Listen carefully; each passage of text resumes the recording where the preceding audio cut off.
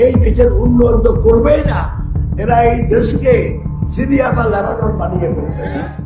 জামায়াত ইসলামী ক্ষমতায় এলে বাংলাদেশকে সিরিয়া লেবানন বানিয়ে দিবে, এমন চাঞ্চল্যকর বক্তব্য দিয়েছেন বিএনপি নেতা আব্দুল আওয়াল মিন্টু। তিনি সরাসরি জামায়াত ইসলামীর নাম নিয়ে বলেন, জামায়াতে ইসলামী একটি মুনাফিকের দল। জামাত ইসলামে আমি কোনোদিন নাম ধরে বলি নাই, এটা হলো মুনাফিকের দল। এই মুনাফিকদের কোনোদিন কোনো কালে বাংলাদেশে ক্ষমতায় দেওয়া হবে না, অন্তত যতদিন আমি বাঁচি আছি।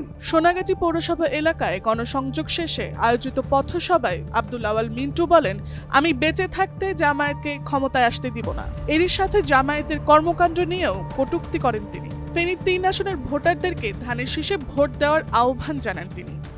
আপনাদের কাছে আজকে এসেছি দানের শেষের জন্য একটা ভোট ছাপার জন্য। যদি আগেই বলছি, যদি দানের শেষে ভোট দিয়ে যদি আমরা বিএনপিকে রাষ্ট্র ক্ষমতায় আনতে পারি, আমাদের যোগ্য নেতা তারেক রহমান যদি সরকার প্রধান হয়, তাহলে আল্লাহর রহমতে বাংলাদেশ সামনের দিকে এগিয়ে যাবে। পথসভা ও গণসংযোগে জেলা ও উপজেলা বিএনপি এবং অঙ্গ সহযোগী সংগঠনের বিভিন্ন পর্যায়ের নেতাকর্মীদের উপস্থিতিতে আব্দুল আওয়াল মিন্টুর এই বক্তব্যকে ঘিরে রাজনৈতিক মাঠে এখন আলোচনার ঝড় শুরু হয়েছে। Tasnuva Sanjida, Times today.